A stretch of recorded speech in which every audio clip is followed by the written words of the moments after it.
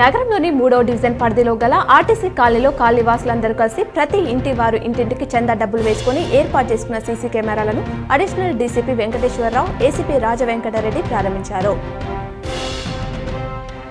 Telangana minority సంక్షేమ శాఖ ద్వారా విదేశాల్లో ఉన్నత విద్య అభ్యసించే పేద మైనార్టీ విద్యార్థులు సీఎం ఓవర్సీస్ స్కాలర్షిప్ కోసం దరఖాస్తు చేసుకోవాలని జిల్లా మైనార్టీ సంక్షేమ శాఖ అధికారి దయానంద్ తెలిపారు.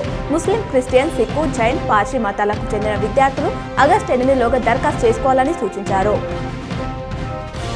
తెలంగాణ విశ్వవిద్యాలయంలో ఈ నెల 9న పీజీ సెకండ్ ఇయర్ విద్యార్థులకు ఉద్యోగ మేళా నిర్వహించనున్నట్లు ప్లేస్మెంట్ డైరెక్టర్ డాక్టర్ పాత నాగరాజు తెలిపారు.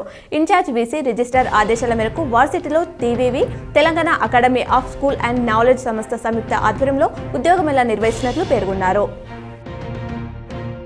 రాజ్భవన్లో కొన్ని నెలలుగా పెండింగ్ లో ఉన్న 7 బిల్లులకు ఇన్ఛార్జ్ గవర్నర్ రాధాకృష్ణన్ ఆమోదం తెలిపారు.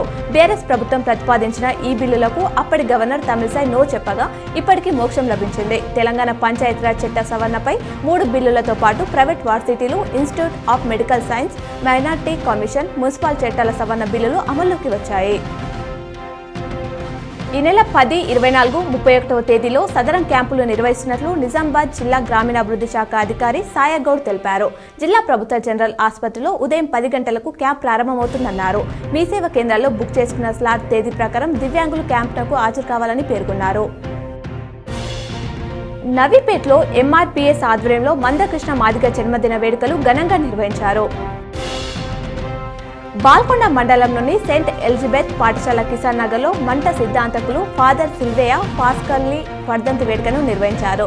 ఫాదర్ రఘు, విక్టర్ పుష్పమాలతో నివాళులర్పించారు.